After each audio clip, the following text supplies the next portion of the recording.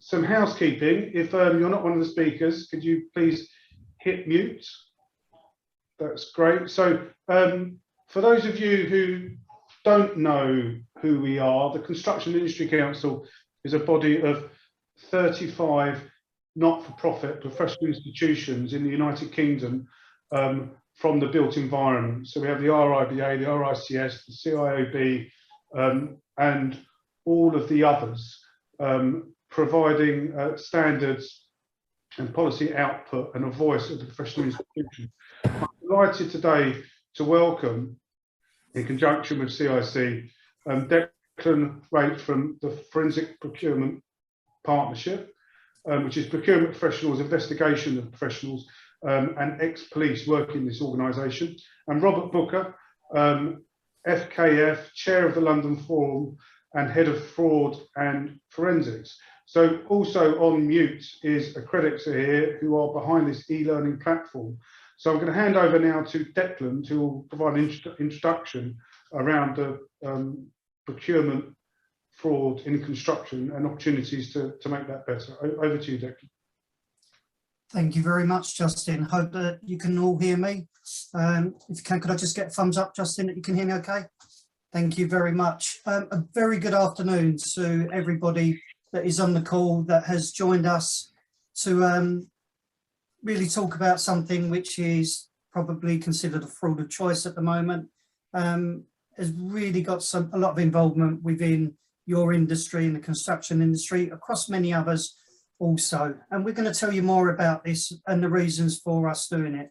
So we do appreciate that you hear a little bit about me, a little bit about Forensic Procurement Partnership. This is me, I'm the one on your screen. We are procurement and fraud. And what we've done is we've used both of these disciplines and we have merged it to create a one-of-a-kind e-learning. I've got a foot in a sense in both camps, in that I hold accreditation within procurement, and I also hold an accreditation in the fraud world as well. I am predominantly very much procurement focused. I do view it in essence through rose-tinted glasses. I do believe no matter what part of the construction industry that you are in yourself, whether you work with your procurement team or not, it's something that you should be involved in. If you are in procurement, you'll understand a lot of what I'm talking about. If you're not in procurement, these are the questions that you can go and ask your procurement team about. So this is me. I am one of the partners with Forensic Procurement. We are looking to raise the profile of procurement fraud within industry, and especially within the construction industry as well.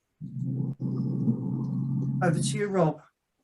Thank you, Declan. Just to reiterate Justin's points, a couple of people aren't on mute and there's a bit of background noise. Would you be as kind, please? Sorry to pick people out, but I think Anthony, you might be one of them. I'm just getting a lot of feedback from somebody. I do apologise. Thank you. Hi all, welcome. Thank you very much indeed for taking the time out to join us. You can see from the screen there, I'm Robert Brooker. I'm Head of Fraud and Forensics at PKF GM, which is a top 10 accountancy practice in the UK.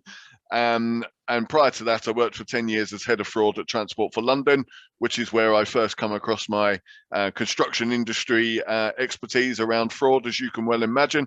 On top of that, I am chair of the London Fraud Forum, incorporated in the South East, which is a not-for-profit organisation bringing together private, public and third sector to fight the fight against fraud, bribery and corruption. Thank you very much indeed for joining us, and I look forward to speaking to you as we move on.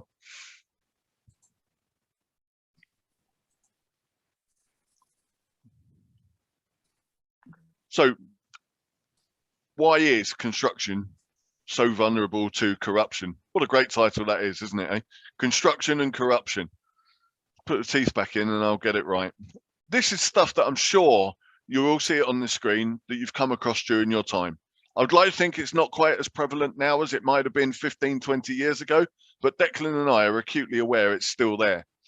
What we're going to try and do today is cover some of these areas and give you assurance that actually we are the right people to be working with you, and equally you will be able to work to eliminate and eradicate fraud, bribery and corruption from your organisation. So why does construction industry consistently rank high in corruption indexes? Huge spend gives rise to opportunity. Bureaucracy, licenses and permits, opportunity for bribery, contractors and subcontracting, due diligence on the supply chain, implicated suppliers that damage your business, the usual suspects, bid rigging, collusion, breakfast clubs, overly complex and unmanageable supply chains. I know that resonates with all of you at some point during your careers. And unfortunately, Yeah. Tim, sorry, you're on. Thank you. So therefore, we're trying to eradicate some of this, and let's see how we can get on during the next 40 minutes or so. And please, please get your questions in. There's the chat box obviously at the bottom. Get your questions in on the chat box, and we'll happily take them as we go. And there will be an opportunity at the end for Q&A too. So please, please, it's your session, not ours. Let's try and work together through it. And we'll see from my opening slide. I don't know how many of you know, but what is fraud?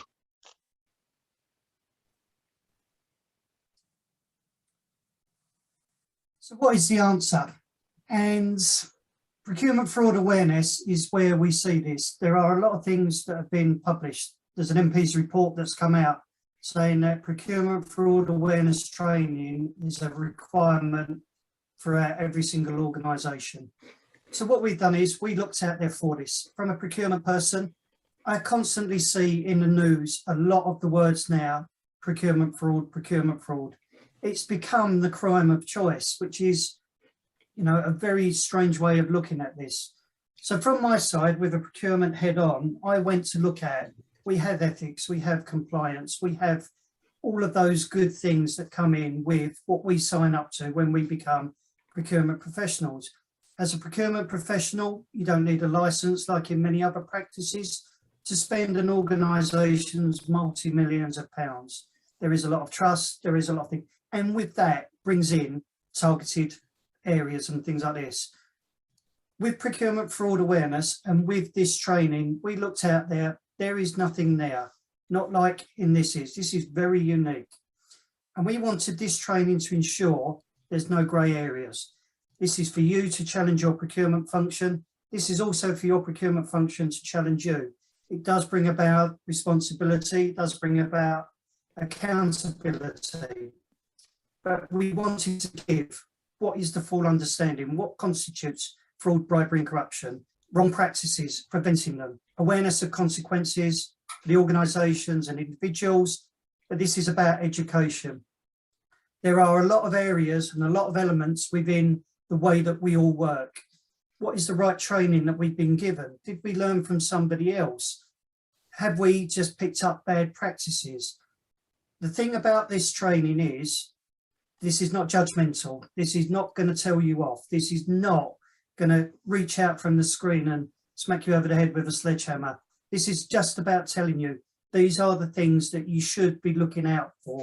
A lot of it's common sense, but as you'll go through this, you'll see, you know, what we're talking about. So as Declan's saying, first of all, before we start thinking about fraud, we need to know what is fraud. And just a general, what is fraud?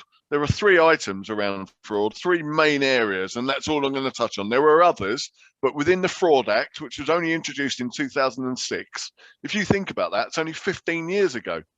Now, why did that get introduced? Interesting for me at the time, I wasn't working at TfL, but if any of you worked on or was aware of the Jubilee Line extension and the corruption case that came off the back of the Jubilee Line extension, there was a 2-year trial.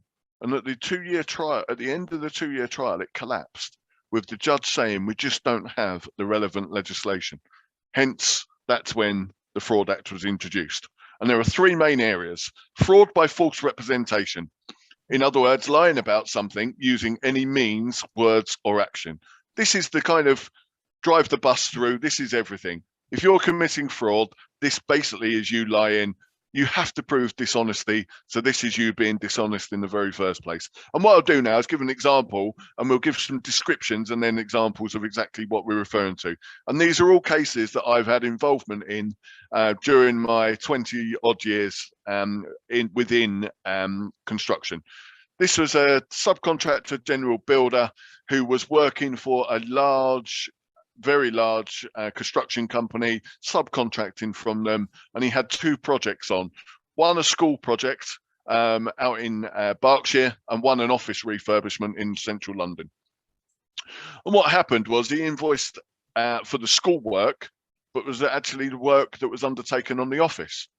So he's undertaken work on the office, okay, but when he submitted his invoice, he submitted it in respect of the school. Now, you'd be sitting there thinking, why would you do that? As we were at the time, it was most odd, because we weren't aware of any of that work being undertaken, hence the reason one of the project managers brought it to us to have a look at. And ultimately, what it was instructed to do so by the main contractor's directors, because they were up to speed on the school and were struggling on the office. Sorry, vice versa, struggling on the school, but up to speed on the office. And the profit and the kind of WIP, if you like, work in progress versus what they've been invoicing for, wasn't as it should be. They were reliant on bonuses in respect of the work that was going to be billed, and therefore they got him to do that. I felt for him at the time, if I'm really honest, as a subcontractor, one-man band doing a piece of work, but ultimately he committed the false representation by sending in an invoice that wasn't relevant to the job that he'd worked on. Albeit later on, he obviously benefited from it. They looked after him. The other two directors got a bonus, but ultimately he invoiced for work that wasn't completed in respect to the invoice he'd issued. So yes, he was looked after, but ultimately he was the one who'd done wrong in the very first place. Can I just tell you, they were very friendly. He actually was godfather to one of the director's children and vice versa, played a bit of golf together, and ultimately just thought it was the norm, and that was he would be looked after and helped out. He did flip and turn when he realized the impact it had on him and his family by him being accused of fraud. And as we see in the next situation within fraud, so that's false representation. Then what we have is two other, obviously, elements of it, and we'll look at the second element of it now, which is failing to disclose. So not saying something when you have a legal duty to do so.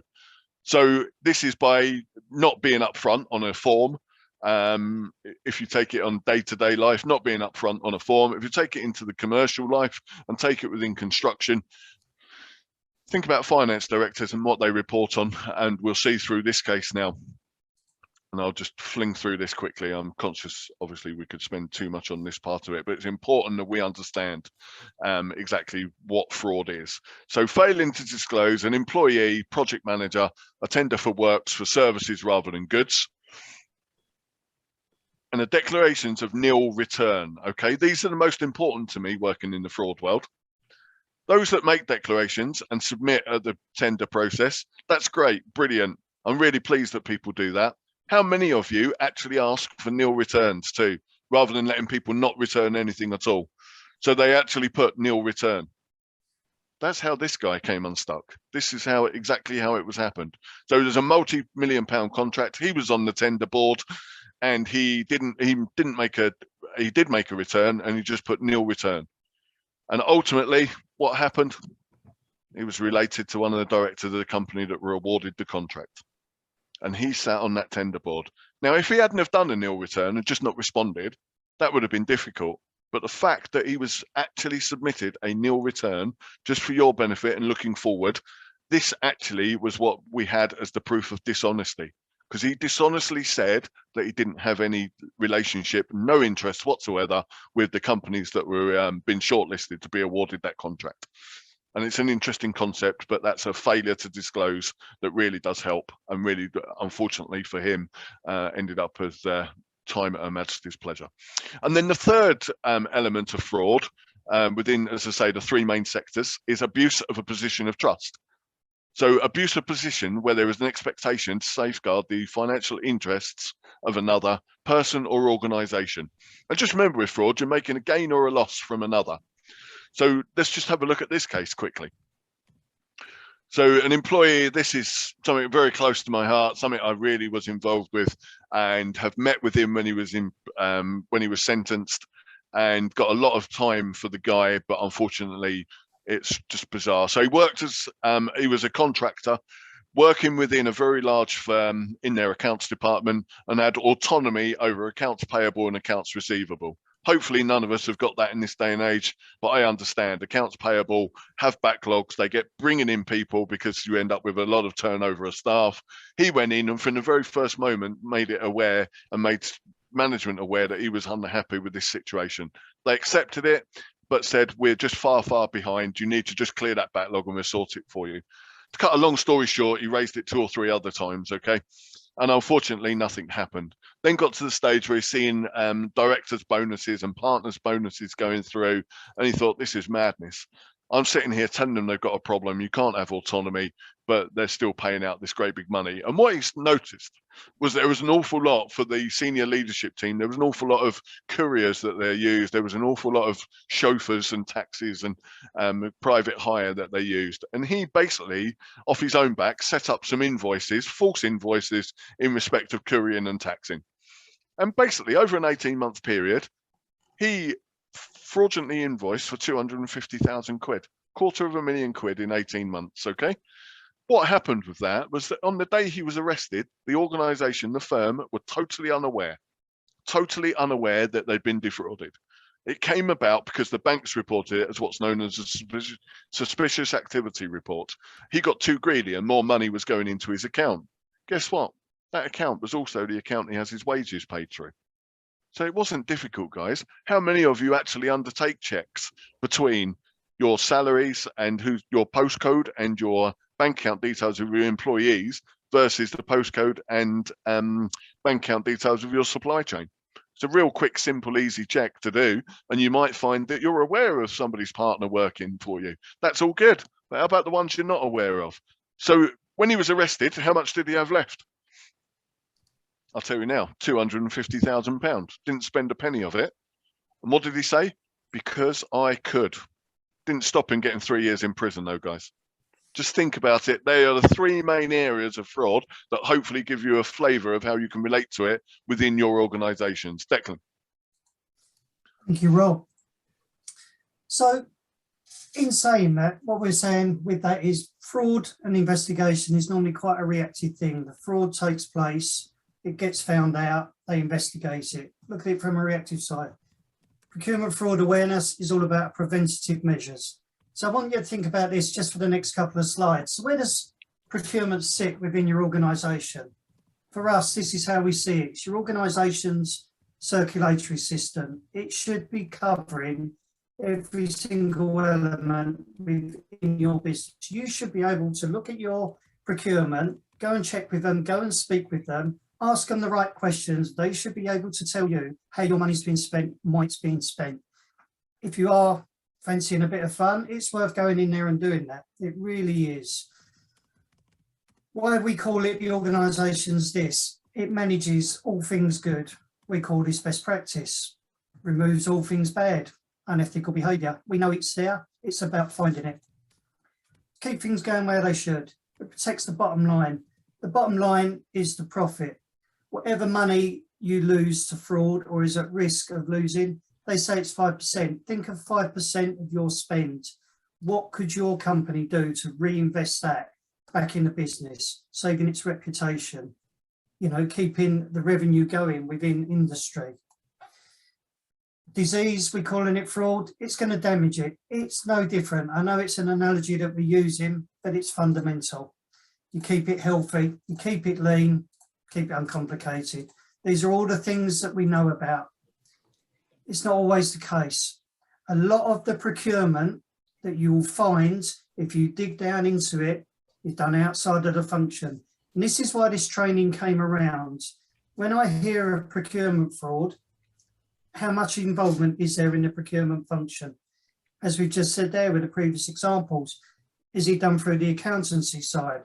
Is it done through the contracts awards? Is it done through the contract manager? Is it done through your site manager? Is it done through your subcontracting supply? There's a whole element of what procurement fraud can touch on and how it can be labelled, but this is how we see that you can look at doing that. So we had the fraud, criminal deception, string of effects. This is the one thing, there's always a victim, and this training touches on that. People don't see a bank as a victim, or they don't see the government as a victim. that's okay, they can afford that.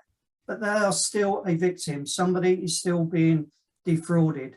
If it comes to a personal nature, people may have had, there's a lot going on at the moment of, you know, people's families getting defrauded. That hurts, it's closer to home. Sometimes the bigger construction companies, if it happens to them, that's okay, they can afford it. And there is that nature there. It's not correct. So why is fraud in procurement? A lot of things that you'll hear, we need it now. This is really urgent. I don't have time to go out and do this. Procurement processes are susceptible to fraud if you try to shorten them. In some areas, you may have to. It's about being transparent. It's about being ethical. Unfortunately, in this day and age, trust is no longer considered to be a control, which is harsh because we do trust the people that we work with. And having been in organisations where colleagues have been found out to be fraudulent, it's not nice. It's an awful, sickening feeling that happens, that that person that you work with, that you trust, is known to have done something wrong. Every organisation has a requirement to spend. With this, you are then driving the opportunity. Without a financial gain, you know, that's the biggest driver for somebody to be influenced for fraud or to commit fraud. It's global, it's massively noticed. I've come from the maritime and aviation industry, which are up there with construction in the top 5 of the most corrupt practices and industries in the world. This is through Transparency International. It's all out there. You can see this online. We talk about the procurement cycle. You will hear this. The procurement cycle, you will all have one. If you are auditing your procurement function, go and check what that procurement cycle is. How much is done outside of that? Question why. If you are not auditing your procurement function, you need to go and do it. Depending on what your role is within your organisation. Often notoriously difficult to detect. Brown envelopes, very, very difficult to follow, aren't they? But there are other ways of doing this. It impacts directly on your bottom line. Fraud has to be driven from somewhere, and normally it's from the profits of an organisation. And the reputational impact that follows. We all know what happens if somebody's been found out to have risk and reputation of fraud within their organisation. So the e-learning, and this is what it is, as Justin said at the beginning, with accredex, we had this PowerPoint, we wanted to get this out there. Accredex have come in and they've given us this platform to do it. It is a little bit different. We said it's not judgmental. The good thing about this e-learning is it's really, really adaptable. It's broken down into bite-sized modules, 10, 15 minutes. You're not sat there at your desk for ages. You're not sat there in a classroom. You can learn as you choose to learn in this. There's a final attestation at the end, and this is good. It says, I've learned, I know what procurement fraud is. If I choose to do procurement fraud, I knew what I was doing. You get 6 hours CPD certification here, which is brilliant. Somebody like me, I have to get 50 hours to keep my chartered status. This really does lend to that. You can dip in and out of it at any time. You can jump in, you can go into it. The phone rings, somebody at the door calls, you can stop, you can pick it up where you then left off. You don't have to start again. Available across all devices, as we're all starting to go back to at present into the office. We may be on train journeys. It's great on a handheld. You can do it, it's adaptable. You can do it while you're learning all the way to work. You get a full year's access, 12 months to go in and out, in and out. If anything changes, it gets updated all the way through. So you can go in, you can do it on day one, come to the end of the 12 months. If there's something you want to go back and refresh your mind on, you can go back in and use it. It's good in that respect. We link out to key information. We have information and we've got methodology that we've created ourselves, but also there is all of the good practice in there. And we've now, depending on whether you are private or public sector, depending on how you want to do your learning, we've also got this available, and it's been certified by Skills for Justice within this course as well. And the difference being is you still get your CPD hours, but there is an examination that's required to achieve Skills for Justice certification, one-to-one mentorship and examination. So it gives you something different. It's just a little bit more. If you are a large organisation, you can white label it to yourselves. You can have your logos in it. We can work with you to do that. You can do it on your own learning management system, or you can go via the accredex managed service platform.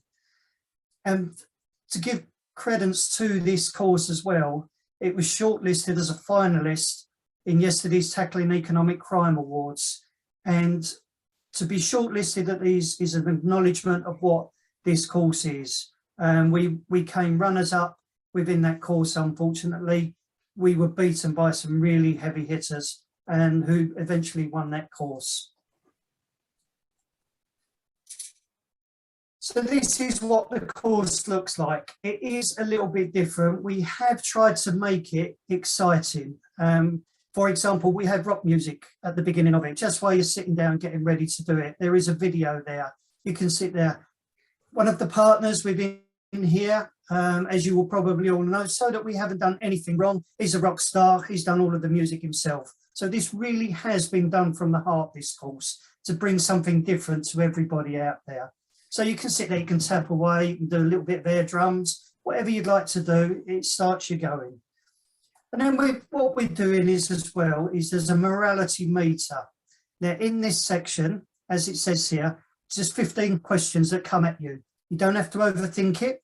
You don't have to think, oh, what should I say? Just go with what you're saying. Just go with it and say what you would do. And interested in this, when we had the course designers with accredex, they didn't understand this. They didn't get through this course brilliantly, but by the end of it, it all starts to make sense.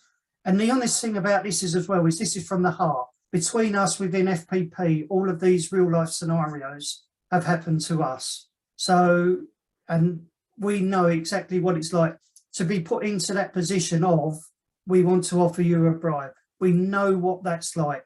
We know what it means. And we know from our own morality on the way that we went, which is why we're able to stand here in front of you now and tell you why we've done this course. At the end of this, there's a little meter that comes up and says how you've done. Once again, it's not judgmental. If you don't get the question right, it kind of says, well done, might need to help you out a little bit here. This is where we're thinking that you should be. As I said, doesn't come out and tell you off. It's not a problem at all. If you get this wrong, doesn't mean that you fail. It just gives you that information. So once you've done that, you go through there, you get your course result on the morality meter, and you just see what you're working with. It's entirely up to them. If they want to do it wrong, they can do it wrong. You go in here, we go on to the next part. So this is what the graphics look like. And there's a whole list of courses. These are the little modules that you'll see. They're all small modules. And you go into them all the way through. You have to complete each module to move on. And within that, there are all different elements as well. So we have the Procurement 101, what goes in the box. It tells you about what it all is. It says why they're in. So we've got the 4 sections in here. We define it. We have evolution of procurement, which is something that's really precious to us. This is something that we're promoting at the moment. Procurement risk models, effective procurement cycles. You'll hear that word a lot, procurement cycles. They have to be there. Then we have, depending on whether you're private sector, whether you're public sector, we have lots of directives in here, which is all it means. You can go in, you can link out to external websites, which give you all of this. But it tells you the terminology within procurement that you may be coming into contact with. And from that, you can understand it. Because procurement is deemed as complicated. I'm personally here to tell you that procurement isn't massively complicated, but it can be made complicated. Okay, and that's from me saying that as a procurement person. It can be made complicated, but you can break that down. It's magic circle. I'm telling you all of the tricks of the trade. So we come in here, we give you all of the details of everything that's relevant and up to date. And then we have Procurement Evolution. Where is your company on its evolution at the moment? If you are just starting out with procurement fraud, if you are just about to start, you may be an unaware follower. You may have more in place already than you already know about, which is a great thing. That's really, really good. You may be brilliant at the moment, but depends on where you want to take it with what you're doing. And what the idea of this is we find out where your organisation is. It gives you the timeline of procurement, and it tells you all of the bits of what we're trying to do for you. We want to take you from an unaware follower all the way up to an agile innovator, from an inception up to world class. And we have, as everybody will be no doubt aware that you have in your industry, we have lots of acronyms as well. So we've decided to create some more, just which are relevant to procurement for all. So we have a facet at the side.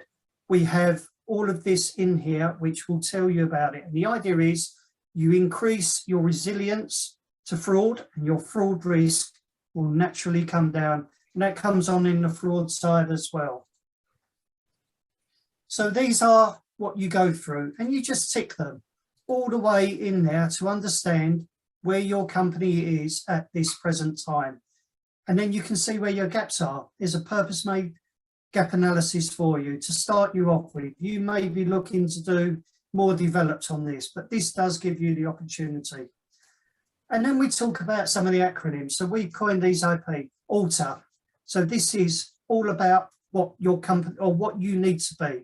So it tells you everything about this. We've got there the conflicts of interest, declaration of interest, all about accountability. As Rob said, by doing a nil declaration, when you have a declaration, results in what happens. In my mind, if you declare you've got a conflict of interest, or you declare a declaration of interest, there is nothing wrong with that. As relationships evolve and as things move on, so does relationships, and they change. If you declare them, then everything is correct. There's nothing wrong with having a conflict of interest or a declaration of interest, as long as you declare them. So we have ALTER. And what is ALTER? Accountability, leadership, transparency, assurance, and responsibility. All fairly simple stuff, all of which will be there. This goes into it and delves into it even more. And then, as we were saying about the stages in the procurement cycle, you will have that. And it starts at the very beginning, at number one. And whatever number one is within your business, you will know that all the way round to the very end. And you start at the beginning. If you skip any elements of your procurement cycle, you are exposing yourselves to risk or for fraudulent behaviour to happen. It's known. If you go back and check it all the way back as an investigator, you'll be able to understand where it broke down within your procurement cycle. That's why we're pushing this through, and that's why we're quite proactive about using, or if you're not doing it now, go in and speaking with your procurement function to understand the benefits of it. So there's the procurement element, and I appreciate the time on that. I'm just going to hand over to Rob for the next section, which is around the fraud element that's within the course. As you can see there, defining, identifying, protecting, and there are a couple of other areas too. You'll see they have the minutes on there of how long actually it would take you, and this gives you the idea back to Declan's point at the very beginning. So let's just run through some of the content of the course and what you'll be seeing. You'll see the graphics. Hopefully it all kind of means something to you.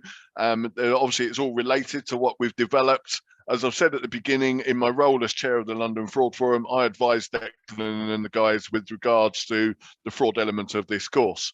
So we talk about fighting fraud, the quality of having strong moral principles, which Declan's already alluded to with regards to the morality meter.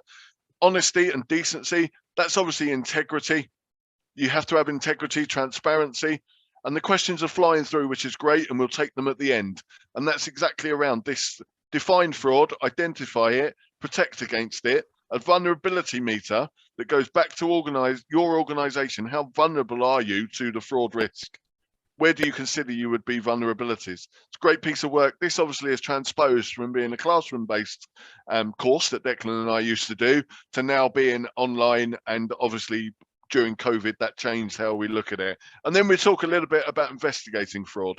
And obviously we don't want you to go investigating yourselves, because you might put yourselves in a position of uncompromising position, or equally you may potentially cause the case to close and to be able to obviously collapse. So, but there is a bit there to help you.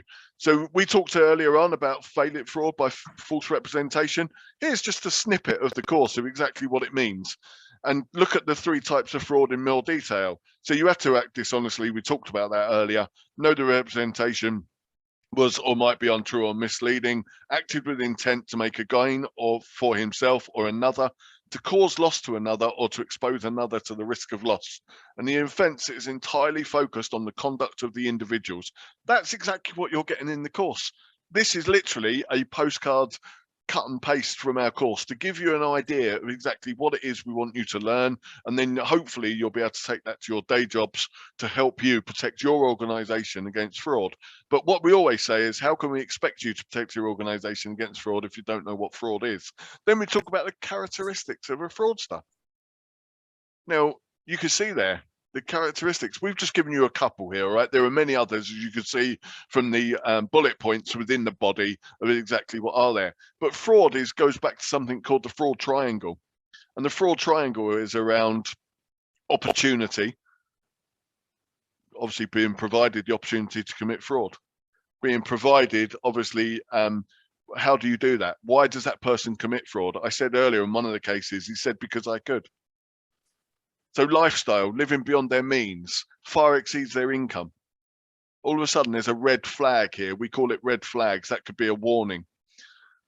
An addiction. Unfortunately, many people commit fraud. That's the rationalization, because they have an addiction, along with the fact that you're a big organization, they can afford to lose it. During COVID, we've seen online gambling increase by, I believe it's 47% of people have increased during COVID, the last 18 months of opening up online gambling accounts. They have to pay for that somehow, guys. How do they do it? Anybody who works within your organization, the biggest risk to your organization is the insider threat. The insider threat is your staff and contractors. And then there's an ego, an overwhelming desire for personal gain. This is one of ours. This is obviously, as Declan mentioned earlier and alluded to, we have our own acronyms, and as you see there, MINT: malicious, infiltrators, negligent, and threats. This is the one-size-fits-all definition of what constitutes an insider threat. I'm not going to read through them, but if you look at the person who's malicious versus the person who's negligent, okay, so you can be negligent, you make errors, circumvent controls, disregard policies, which place their organizations at risk. You all know these people within your organizations, I know you do. Versus the malicious, somebody who takes advantage to cause harm to an organization. You might not see this, you might not believe it. People are targeting organizations to go in and commit fraud. Okay, they are on purpose targeting organizations to go work very quickly, see what fraud they can commit, and then get out. It used to be that you worked in an industry, you were a middle-aged man, been in the industry for 10 or 15 years within one company, so you learn it all. People are literally targeting now and then getting out. And then obviously we talk about threats and infiltrators, etc. You can all see it there. But this is actually in the course again. This is all just taken from the course. And as we'll see on the next slides, we then talk about, similar to what Declan spoke about earlier with regards to the evolution of procurement, the procurement evolution graphs. Here we are with a kind of your fraud risk within your organization. Where are you on that line? Where are you as an organization trying to fight the fight against fraud, bribery, and corruption? Are you a reactive follower? Just do what you're told to do because actually others do it. Are you insincere loyalty, where just because your firm are literally loyal, they do what they want to do and just follow exactly what should be? Are they proactive about it and going out their way to actually prevent, detect, deter fraud, bribery, and corruption? Or are you a leader in it, i.e. world class? So are you at the beginning of your journey or are you at the end? Where do you fit? And this is exactly what you'll be learning on the course. And actually you can take back. There are takeaways to take back into your organization, so your all of you benefit from it, as opposed to just you taking that course. But actually this course isn't just for you, whether you work in procurement or whether you work in fraud. Think about it along the lines of anybody who buys services or goods within your organization could easily commit fraud. I know within TfL, we had a 30,000 man business, and ultimately probably 2/3 of us could buy services and goods. think about that. It's an awful lot of people and the risk is enormous. And we'll see on the next slide, we go through different levels of this within the slide. There's the vulnerability meter. How will you fare on it as an organization? So at the beginning, we do a morality meter around you, providing you scenarios. How do you think your organization will do? We present 19 questions. There's a little bit of our kind of like we're different as well, by the way. We've 19 questions regarding your organization designed to help you understand where you'll be exposed to fraud today, highlighting gaps that could be exploited with a different moral compass than yourselves, i.e. remember the morality meter at the start. And your vulnerability meter will be revealed at the end. And literally you'll see how susceptible to fraud you are as an organization. So how will it fare on the vulnerability meter? Questions regarding your own organization, answer them as you know them to be. Your organization's fraud vulnerability meter will be revealed at the end, and you then choose what actions you want to take. Back to the previous slides where kind of we're talking about whether you're on your inception of preventing your organization, deterring it and detecting fraud, or whether you're actually at the proactive or you are actually a leader in it already. And I appreciate on this call today, we've got many that would fit across that whole spectrum.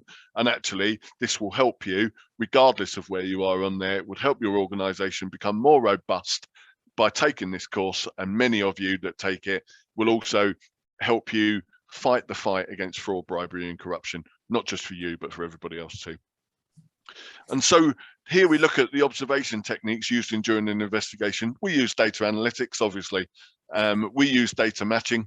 And I talked earlier around, obviously, data matching between your staff and supply chain on postcode and bank account.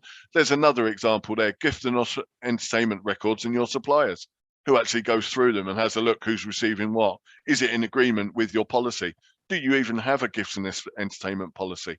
Do you ensure that everybody returns them, including nil returns yet again? Be proactive around this, eliminate the risk before it occurs. Reactive is obviously us doing what we do. That's the investigation piece, okay? Please don't investigate yourself because you will circumvent the investigation or put yourself in a position that's really quite unfortunate and you might end up in personal issues or you might even end up being part of it. You never know. And we'll move on, just to give you an example, when you get to the end, Declan will explain around the testation. So as we said at the very beginning, once this course has been completed, and we said it's not judgmental, it's not at all. To get your CPD hours, you have to agree that you viewed the course, you understand your responsibility, you understand the importance, and you're aware of the implications of committing fraud. You do that, you get your CPD. That's your 6 hours CPD towards your status, whatever you do, if you're on your professional development program. As we said, this is a very quick run through on this, and I'm mindful that we're coming right near to the end of the time now, so for asking questions. If you would like details on the course, if you'd like the presentation slides, we're offering a demo one-to-one session. We're also offering, if you would like, a free call, 10 free courses we want to give away today because we want to get what procurement fraud awareness is out there. We do ask for, a testimonial from you to say that, you've enjoyed the course, what you did like, what you didn't like about it. Now, as we've said, procurement fraud is really, really, really in its inception and raising the awareness of this. That's what we're here and this is what we are looking to do. We just want to work with people to get this word out there. Construction is, with the CIC, they've made a recognition that they want this pushed out throughout the whole of the construction industry, which is fantastic for us. Also, and we will come on to this as well, this course has been priced commercially to be rolled out in volumes. So this is not your £1,000 course, £750, £500 course. This is not. This course is £127 per person. So if you think about that, think of 5% of your turnover. If you've got £100,000 or £1 million turnover, 5% of that, that's how many people you can put through this course. It's to roll out in volumes. If you want more details on this, please come and speak to us. Go to CRC, come and speak to us. We're here for you. We're here as a sounding board.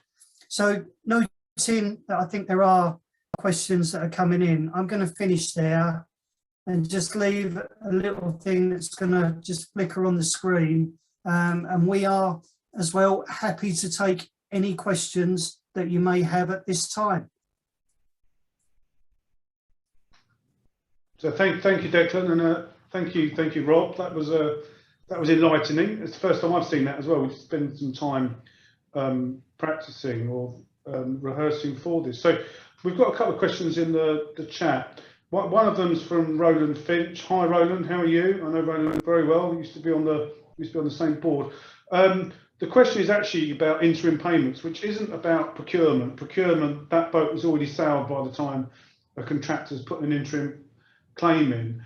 But typically in our sector, we do see some quite ambitious interim applications from contractors. And Roland's asking, is that fraud? Declan, Rob, do you want to have a go at answering? Yeah, of course. Thank you for that very much, Roland. Thank you for the question. And actually, also thank you for Tim for giving his personal opinion. In my experience, Roland, with regards to this, it all depends on how the contract's written. It depends what it mentions about it. And this is where we go from a fraud perspective. I can't obviously, and we wouldn't act upon just information. You have to go back and see how the contract was written in the first place, whether it mentions the overclaiming, what the scenarios are, whether there is any leeway. I appreciate in some circumstances there's a percentage leeway within that. Depending on what that says, then determines whether potentially they've committed fraud or otherwise. If the answer is yes, there is, and it's a straight down the line, and there is no percentage, or they're outside of that percentage, you have to then look and analyse, is that a contract dispute, or does that then become fraudulent? And obviously, once we can ascertain that, that means we can then move forward and obviously look at it as an investigation or otherwise. Thanks, Rob. I remember there's a chap called Tony Bingham, who's a barrister in our sector, and Tony does a regular nodding, you know him. He does a regular column in Building Magazine, and his most popular column was called Porkies to Prison, and it was where a main contractor, an M&E subcontractor, was claiming his retention and claimed for damage to a carpet and ceilings for a leak, and that's why he wasn't paying the retention. And there was no leak. There had been no leak, so the contractor ended up in prison. So I think it is a word of warning. Steve Smith, thanks for the question, Steve. If approached to misdirect or commit fraud from a contractor, where do you whistleblow to? Who can you trust? Do you want to have a go at that, Declan? Yeah, absolutely. And it's the $1 million question. So internally, you have your HR, you probably have your whistleblower hotline.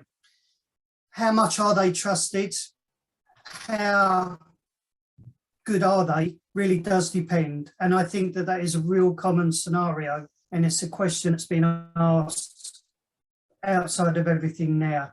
Externally, there are routes to go through now. You can completely remove your company from this, and you can go externally to whistleblowing hotlines that will take this up for you.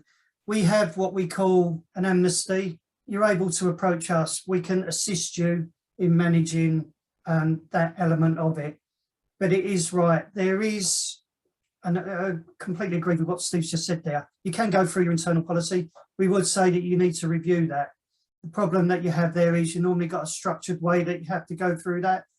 Somebody within your structure could be the one that you're whistleblowing on. So your gates and everything do get closed. So review it, think about it, but there are external organisations that are out there which are all shown in the course, and we're happy to talk about that as well. And as in the name, the Forensic Procurement Partnership, we work with external whistleblowing companies, and we can put you onto them, and then you go and deal with them. We're not a middleman. We put you onto them so that you can go there, find them, and have those discussions, and find out where you stand as well, Steve, as well, with anything like that. And I'll just add really quickly, Steve, there are apps now as well, so you can feel completely independent, run by a bot and AI, as opposed to it actually being a hotline or an email address that you feel would still leak back to your organisation. So actually, it's completely independent, as Declan says. Sorry, Justin. I don't apologise. No, you're here to answer the questions. I mean, so Katerina, I'm going to come to your question on the sum up of the course last, to let Declan and Rob just do that one. If we come to one of the Gamamas, question. I apologise if I pronounced your name incorrectly there. So this is important, and this is also actually talking about whistleblowing to an extent as well. I know RICS recently, through an external review, have now put in place an external whistleblower, so it doesn't come from within the organisation. And you both touched on that. I think this is important, particularly for SMEs, where whistleblowing probably doesn't happen a lot and is more difficult in a smaller structure. So do you think you could, Rob, do you want to have a go at answering that? Tone at the top and external? Yeah, I will, Justin. It's something I feel very strongly about. And I know Aaron Shohan, who worked with the RICS with regards to what you've been doing there, and some good work being going on there. With regards to tone at the top, this is something I feel really, really strongly about with regards to the prevention of all fraud, including procurement fraud, Wagamama. And ultimately, what does tone at the top mean? We're talking about board level. We're talking about senior leadership level. We're talking about behaviours, we're talking about culture, and we're talking about consequences. So in the limited time I have, let me just go through what do I mean by that. Quite clearly, if a fraud goes on within your organisation and you sweep it under the carpet, what message does that send out to everybody else within your organisation? Do you know what? It's game for all, isn't it? Game on, let's commit fraud, let's do what we want. They don't do anything about it. Even if they just dismiss you, so what? They got rid of them all quietly, nobody ever announces it. Nobody ever knows about it. Do you know, is that really the right way to do it? Does that really set the tone at the top? What does that do to the culture within your organisation? I'll tell you what it does. It just generates bad behaviour, and people then think we can behave in that way. There has to be consequences for the way in which you behave, and that culture and that tone at the top. People don't like to report it externally. They don't want to say that we've had a fraud. Shareholders don't like it. Regulator, obviously you would have to let them know, but actually you get a good kicking over it. And then ultimately, if you're just a smaller firm, then actually what impact does that have within the industry? Are you likely to win other work if you've had a fraud? Do you know what? Turn that on its head. Let's turn that to look at the culture and the behaviours. We're going to be really positive about this. There are consequences for you committing fraud within our organisation. And may I add, especially procurement fraud, because that's where you're working as a subby. If you're a smaller SME, you're working as a subby. That's exactly where it acts. Is ultimately you take action, sends out the right message. Internally, you tell everybody that we've got rid of Rob Brooker and Declan Rape because of fraud. And by the way, we are prosecuting them. And most importantly, we're going to recover the monies that we've lost. We're going to take civil action to recover the money. Then actually, what impact does that have on others? I'll tell you now. You will see a decline in, if it was expenses fraud, for instance, you will see a decline in expense claims straight away. They do go up after a while. People get a bit more comfortable. But there's the tone at the top. There's the culture. There's the behaviour. And there is a consequence for behaving in that way. And that's my real passionate area. I must admit, that's really something I feel strongly about. And I hope that answers what people are expecting. And I'm open to other ideas around it. And it's probably a whole presentation on its own. Yeah, Dominic's put in the chat, a big problem is when those at the top are involved in the fraud. And yeah, I mean, that's right, Dominic. Dominic, I totally agree with you, but then you can go outside, back to Steve Smith's point of view around whistleblowing, and we don't do it internally, we do it externally, and we look from outside within. If you mean it's a CEO or it's a managing director, which one of the cases I referred to was, ultimately we can do that without. If you've got a strong NED, non-exec directors, then actually, and many of you on here are, you can actually work with the NEDs. If you feel it's a NED, then we can try the chair if you feel there's confidence in the chair. If you don't, we'll come externally and we can just go back in with it, and we can look at it from a completely from a law enforcement perspective, and then get involved and turn everybody upside down and see what else falls out if you feel that there are others within the board that are also culpable during that work.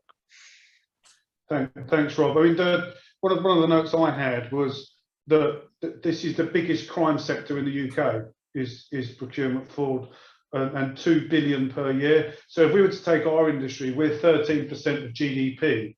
Yeah, that's 200 million a year in construction, in public sector. Yeah, that's just the public sector figure, 2 billion. That's a massive number, and that's what the estimate is. The actual amount obviously is unknown. I wonder where that percentage comes from. So do you want, Declan, do you want to have a go at Katerina's question? She's asking what are the outcomes of the It won't scroll up. Hang on. Sorry, Justin, could you just repeat that, please? Yeah, sure. So Katerina is asking, can you sum up what is the outcome of the course? Is it a rating of where your company are in terms of exposure to fraud risk? Any next step suggestions? Is there yeah. Yeah, absolutely. So, Katerina, as we said, this is an awareness course. So there's not anything like this out there at the moment. So what this is all about, as we've said here, sowing the seeds. This is about making you think about yourself, about who you are, about how you conduct yourself, and then having a look at your organisation. Where are you at? What can you do to improve? This doesn't give you a categorical, this is what you need to do, this one. It just makes you think about it. In where you're saying about your organisation, the fraud vulnerability meter at the end gives you an opportunity to answer that is with what you know about your organisation. And then you can take that away to say, what do we do about this at the moment?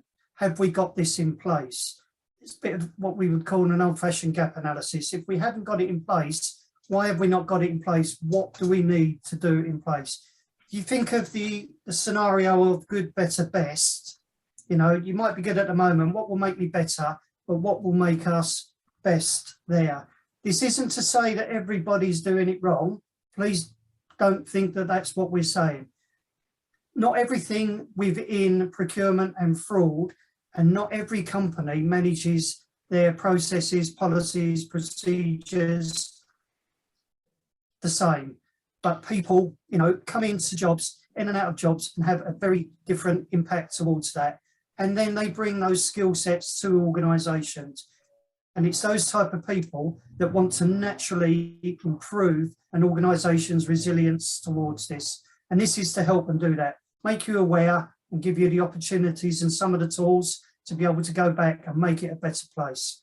And Katerina, I would add very quickly to that, there's two sides. You as an individual, you obviously get the attestation. You also have the option of being able to go for the Skills for Justice course. So you would have a bit of an accreditation with regards to what you've achieved within procurement fraud.